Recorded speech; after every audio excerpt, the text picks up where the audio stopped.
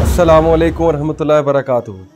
बड़ा interesting question है मेरे पास। Husband comes home at midnight after 10 hours job and listening boss insults and customers tension and wife expects romantic talks, any advice. देखें, ये बड़ा एक अलमिया है और क्या कहना चाहिए कि इस चीज़ पे बहुत सी फाइट्स भी होती हैं और वाइफ्स भी बहुत एक्सपेक्ट कर रही होती हैं और हस्बैंड फिर आगे से कंप्लेन करते हैं। जैसे कि यहाँ पे इन्होंने पूछा हुआ है कि 10 घंटे की जॉब के बाद बॉस ने इंसल्ट की हुई है, कोलीग्स के साथ कोई टेंशन हो सकती है, कस्टमर्स के साथ हो सकती है और वाइफ जो है वो रोमांटिक टॉक जो है एक्सपेक्ट कर रही है। मैं जो मैरिज काउंसलिंग कोर्स किया था, ब्रूस म्यूज़िक एक बहुत बड़े काउंसलर है, मैरिज काउंसलर।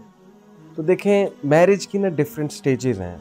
मैंने जो उस कोर्स से सीखा, मैरिज की जो पहली स्टेज है ना, हनीमून फेज, हनीमून पीरियड, जब रोमांटिक टॉक्स होती हैं, लव होता है बड़ा और बंदा हनीमून पे जाता है, या बिफोर मैरिज अगर किसी की लव मैरिज है तो बड़ी बातें होती हैं और लेटर्स लिखे जाते हैं और इस तरह से शो किया जाता है कि परफेक्ट है, दोनों परफेक्ट हैं, कपल परफेक्ट है ये। उसके बाद जब शादी होती है तो डिसअपॉइंटमेंट्स होती हैं, आहिस्ता आहिस्ता रोमांस कम होता है।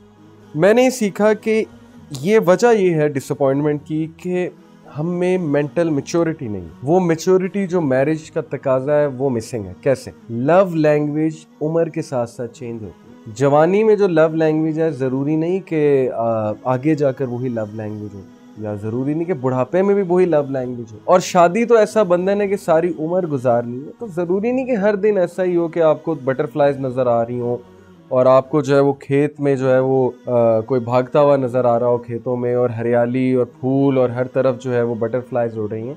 तो हर दिन ऐसा नहीं होता, टफ़ डेज भी आते हैं और बहुत टफ़ डेज भी आते हैं।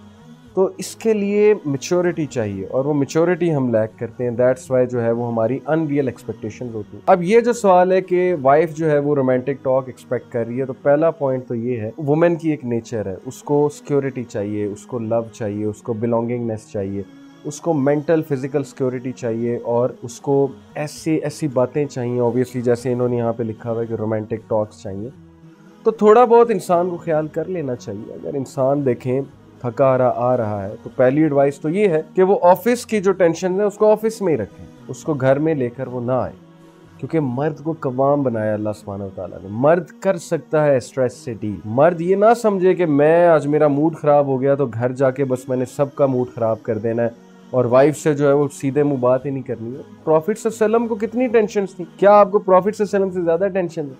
प्रॉफिट सल्लल्लाहु जो है वो लोगों की बातें भी सुन रहे हैं, वो सहाबा के क्वेश्चंस भी एड्रेस कर रहे हैं, उन्होंने कितने लोग को डील करना है वो जिक्र भी कर रहे हैं अल्लाह का, प्रॉफिट हुड भी जो है वो उसको लेकर चल रहे हैं और वो जो है कितनी मुश्किलात से घिरे हुए प्रॉफिट सिस्टम। लेकिन जब घर आते थे स्माइल करते थे, तो बाहर की टेंशंस को घर लेकर नहीं आते थे। यही सुन्नत है। प्रॉफिट सल्लल्लाहु को अल्लाह ताला ने क्यों कहा अस्वाए हुसना? अब आप ये ना कहिएगा कि वो तो प्रॉफिट थे, वो तो फरिश्तों से भी ऊपर थे, तो इसलिए। तो असल बात ये कि वो हमारे लिए अस्वाए हुसना है, हमने ये देखना है उनकी मिसाल क्या है। तो इसलिए ये चीज़ घर लेकर ना आए टेंशन को। सपोज अगर टेंशन घर आ गई तो वाइफ्स को थोड़ा सा ख्याल करना चाहिए, उन्हें एक्सपेक्ट नहीं करना चाहिए कि हर बार रोमांटिक टॉक होगी। और कुछ लोग शिकायत करते हैं, कुछ वाइफ शिकायत करती हैं कि पहले बड़े रोमांटिक थे, अब इतने रोमांटिक नहीं है। तो understand this, love language changes with as.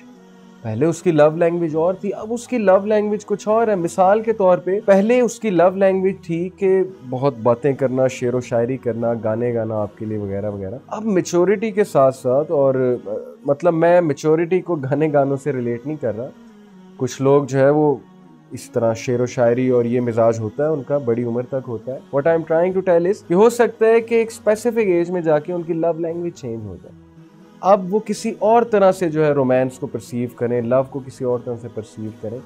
तो ये चीज़ें समझनी चाहिए कि लव लैंग्वेज चेंज होती है उम्र के साथ साथ। तो ये चीज़ें हम जहन में रखेंगे इंशाल्लाह।